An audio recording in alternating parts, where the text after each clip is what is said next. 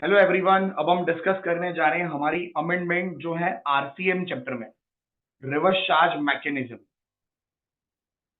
ठीक है। अगर आपको याद हो, जीएसटी में दो कॉन्सेप्ट हुआ करते थे, एक एफसीएम और एक आरसीएम। याद है अनुराग आपको? अच्छा, एफसीएम के केस में टैक्स कौन देता है? सप्लायर। और आरसीएम में टैक्स कौन देता है? रेसिपिएंट। और हमने बहुत सारे आरसीएम के केसेस पढ़े थे जहां रेसिपिएंट टैक्स देता है। अब यहाँ पर ये जो चैप्टर है पर्टिकुलरली आरसीएम, इसमें दो अमेंडमेंट हुए हैं। एक अमेंडमेंट हुआ है डायरेक्टर के रिलेटेड और दूसरा अमेंडमेंट हुआ है गवर्नमेंट वाले सर्विस के रिलेटेड। ठीक है, इंडियन रेलवेज प्रिसाइसली दो अमेंडमेंट हुए हैं, डायरेक्टर वाली सर्विसेज और इंडियन रेलवेज के रिगार्डिंग। ठीक है। अब ये अमेंडमेंट डिस्कस करें उसके पहले मैं एक बात बोल दूं, ये अमेंडमेंट की जो बुक है ये आईसीएआई की बुक है। और इसकी जो लिंक है, ये बुक जो है आप डाउनलोड कर सकते हो, इसकी लिंक मैं शेयर कर दूंगा नीचे, ठीक है, डिस्क्रिप्शन में। तो फिलहाल तो हम अमेंडमेंट स्टार्ट करते हैं। देखो, सबसे पहला एक अमेंडमेंट क्या हुआ है डायरेक्टर को लेकर। सब लोगों को रिवर्स चार्ज मैकेनिज्म याद है। उसमें देखो एक सर्विस हुआ करती थी, if services are provided by a director. अगर डायरेक्टर सर्विस दे रहा है, ठीक है, किसको? टू बॉडी कॉर्पोरेट, तो आरसीएम लग जाता था।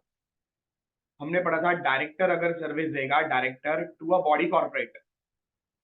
ठीक है। और बॉडी कॉर्पोरेट का मतलब क्या होता है? कंपनीज और अ कॉर्पोरेशन, कंपनीज और अ कॉर्पोरेशन। तो इस केस में बोलो टैक्स कौन देगा? RCM, reverse charge mechanism. Company corporation tax देगी। अच्छा, डायरेक्टर कितने का इनवॉइस बना कर देगा? 100 या 118? 100 का। और ये बंदा इसको 100 देगा और 18 रुपीज गवर्नमेंट को ये पे कर। हमारी ये बात हुई थी। अच्छा, आपको याद है कितने टाइप के डायरेक्टर्स होते हैं? बोलो अनुराग, कितने टाइप के डायरेक्टर्स होते हैं?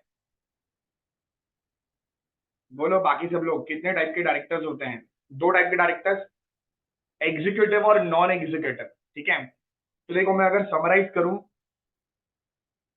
तो दो टाइप के डायरेक्टर हमने पढ़े थे। एग्जीक्यूटिव डायरेक्टर अगर सर्विस दे रहा है तो उस पर तो जीएसटी नहीं आता, बिकॉज एग्जीक्यूटिव डायरेक्टर एम्प्लॉय है कंपनी का। और अगर नॉन एग्जीक्यूटिव देगा तो वो कंपनी का एम्प्लॉय नहीं है, शेड्यूल 3 में ये वाला बंदा कवर्ड नहीं है। बोलो क्या इस पर जीएसटी आएगा? Answer is yes. और जब जीएसटी आएगा तब आरसीएम लगेगा। अब यहां तक तो कोई चेंज नहीं है, ये तो आप पढ़ चुके हो ये सब। ठीक है, अब चेंज किया तो देखो, ये है अमेंडमेंट बुक, यहाँ क्या लिखा है। अब एक्चुअली में ये कोई अमेंडमेंट नहीं है, this is just a circular clarification है। और इस क्लैरिफिकेशन में लिखा गया है, अगर डायरेक्टर अपनी पर्सनल कैपेसिटी में, अगर डायरेक्टर अपनी पर्सनल कैपेसिटी में कोई सर्विस दे रहा है, ठीक है, प्राइवेट पर्सनल कैपेसिटी में कोई सर्विस दे रहा है, then that is not taxable under RCM basis. तो आरसीएम नहीं लगेगा। कुछ समझ में आया क्या पॉइंट है ये? देखो, मैंने इसको समराइज करा है कुछ इस तरह से, ध्यान से सुनना आप। देखो, डायरेक्टर, ठीक है, डायरेक्टर किसके लिए काम करता है? बॉडी कॉर्पोरेट के लिए। तो डायरेक्टर टू बॉडी कॉर्पोरेट, आप चेक करो वो कैसा डायरेक्टर है, एग्जीक्यूटिव या नॉन एग्जीक्यूटिव। अगर वो एग्जीक्यूटिव डायरेक्टर है मतलब he is in full time employment of the company, activity supply ही नहीं है एज पर शेड्यूल 3। बोलो अग्री करते हो सब लोग? ठीक है। और अगर वो नॉन एग्जीक्यूटिव डायरेक्टर है, नॉन एग्जीक्यूटिव, अगर वो नॉन एग्जीक्यूटिव डायरेक्टर है, ठीक है, तो आप चेक करना क्या वो डायरेक्टर है किसी बॉडी का? Body setup by CG SGLA. कुछ ये याद आ रहा है, ये भी शेड्यूल 3 में था। Chairperson member director of a body, body setup by CG SGLA. तो अगर एग्जीक्यूटिव है तो सप्लाई नहीं है, नॉन एग्जीक्यूटिव अगर बॉडी वाला डायरेक्टर है तो भी सप्लाई नहीं है, अदरवाइज अगर है तो एक्टिविटी सप्लाई है और आरसीएम है। अब ये जो था ये हमने रेगुलर लेक्चर में सब पढ़ा था, इस पे कोई चेंज नहीं है। अमेंडमेंट क्या है तो सुनो नोट। डायरेक्टर अगर एज अ डायरेक्टर काम करेगा, एज अ डायरेक्टर, तो आरसीएम लगेगा। जो भी डायरेक्टर्स बोर्ड मीटिंग अटेंड कर रही है, जो एडवाइजेस देनी है, जो भी उसके काम है, उस पर आरसीएम लगेगा। अगर डायरेक्टर पर्सनल कैपेसिटी में काम करेगा तो वो एक्टिविटी आरसीएम में कवर नहीं होती है। It will not be covered under this वाला एंट्री। कौन सा वाला? ये वाला, director to body corporate. Understood everyone? ठीक है। लेकिन आप करोगे क्या? तो देखो, आप चेक करो, एज ए डायरेक्टर काम कर रहा है, एज अ डायरेक्टर काम कर रहा है तो आरसीएम।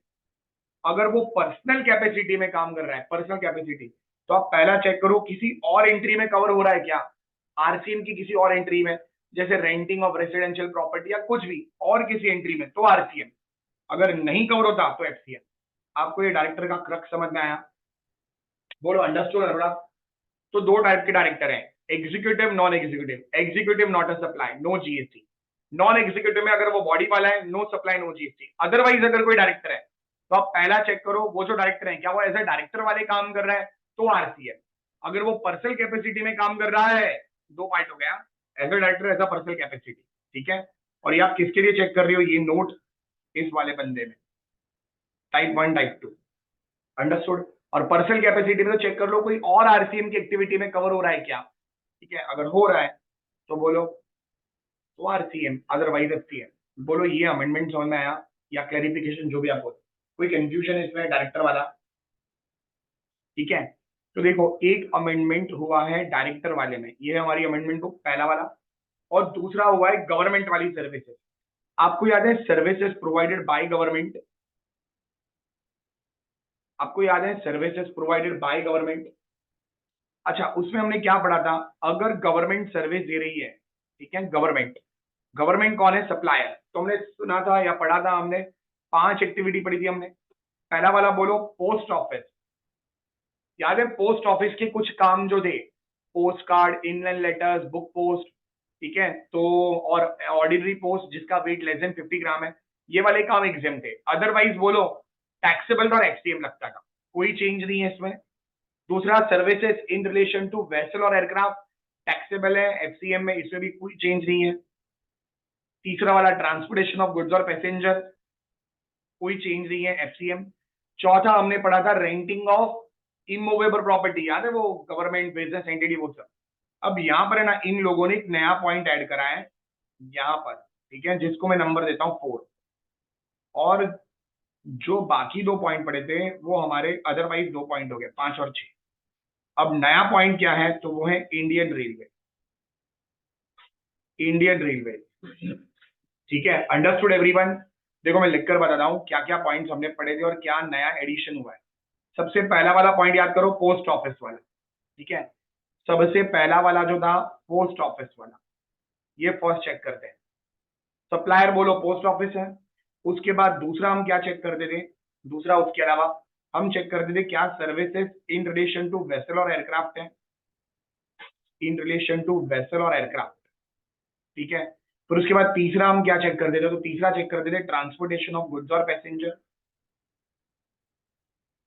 ठीक है, अब यहां पर एक मैं नया एडिशन कर रहा हूं, पॉइंट नंबर 4, इंडियन रेलवे। अगर इंडियन रेलवे सप्लायर है, अगर इंडियन रेलवे सप्लायर है, तो अगर इंडियन रेलवे कोई भी सर्विस दे रहा है, कोई भी एनी सर्विस, ठीक है, any service, it will be taxable under FCM. बस ये एक अमेंडमेंट हुआ है। तो 2 अमेंडमेंट है, एक डायरेक्टर वाला और एक ये। अच्छा, इसके बाद बाकी पॉइंट सेम, 5वां पॉइंट और वो जो था ना अदर सर्विस, वो सब वो same, renting of immovable property. और 6 वाला चेंज, एक नया एडिशन, इंडियन रेलवे। अंडरस्टूड, बोलो कोई कंफ्यूजन है। हमने पहले 5 पॉइंट पढ़े थे, अब एक एडिशनल पॉइंट समझो, ठीक है। तो अब एक एडिशनल पॉइंट क्या, इंडियन रेलवे सर्वे देगा। अब जब आपको चेक करना है, अच्छा एक बात सुन, इंडियन रेलवे जब चेक करना है ना, इंडियन रेलवे, तो सबसे पहला आप चेक करना, सबसे पहला क्या वो ट्रांसपोर्टेशन ऑफ पैसेंजर वाली सर्विस है, ट्रांसपोर्टेशन ऑफ पैसेंजर। ठीक है, क्या ट्रांसपोर्टेशन ऑफ पैसेंजर में कोई एग्जामिशन थे, हाँ थे। अगर आपको याद हो ट्रांसपोर्टेशन ऑफ पैसेंजर, हम इंडियन रेलवे में बात कर रहे हैं, रेलवे, तो बोलो फर्स्ट क्लास एसी क्लास को छोड़कर बाकी क्लास क्या थे, ये एग्जामिशन है, एग्जामिशन मॉड्यूल में एग्जाम थे। तो ट्रांसपोर्टेशन ऑफ पैसेंजर, इसमें आप चेक करो क्या वो फर्स्ट क्लास या एसी क्लास वाला है, तो जीएसटी आएगा, और जब आएगा तो एफसीएम लगेगा। बोलो अंडरस्टूड। इसको छोड़कर अगर मान लो आप जनरल डब्बे में जा रहे हो या अदरवाइज कुछ भी है, तो एग्जाम। भाई कुछ याद आ रहा है, रेलवे वाला एग्जामिशन, ठीक है, ट्रांसपोर्टेशन ऑफ पैसेंजर। उसके बाद क्या ट्रांसपोर्टेशन ऑफ गुड्स भी रेलवे का काम है, हाँ, मालगाड़ी, ट्रांसपोर्टेशन ऑफ गुड्स।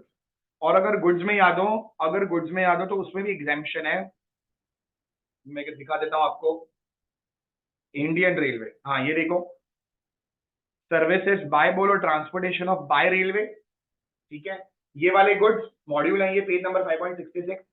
अगर आपको याद हो इसको हम कहते थे एएफएनआरडी, एग्रीकल्चर प्रोड्यूस, फिर food grain including flowers, milk, salt, rice, pulses, organic manure, AFO and newspaper or relief material, D defence material.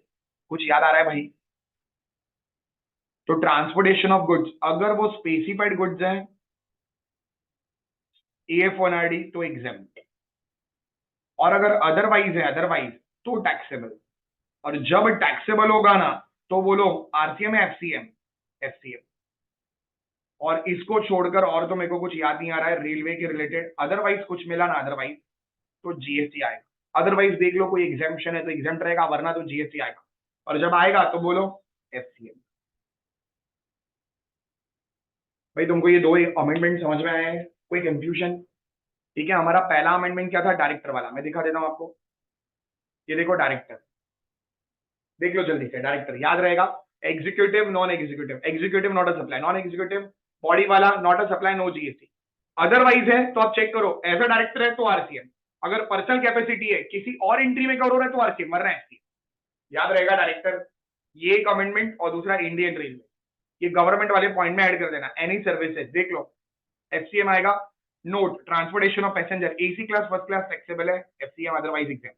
Transportation of goods AF1RD exam, otherwise taxable FCM, और अदरवाइज तो बाकी सब पर तो GST आएगा और FCM लगेगा। बोलो ये दोनों रूल याद रहेंगे RCM में? तो ये है हमारी अमेंडमेंट बुक, ये देख लो, पहला वाला डायरेक्टर वाला, और दूसरा वाला पॉइंट जो है वो ये गवर्नमेंट वाला है, इंडियन रेलवे। ठीक है, दोनों जगह देख लो, ये RCM में नहीं है, एक्सक्लूशन में है। भाई कुछ समझ में आया? इसका मतलब बोलो FCM लगेगा।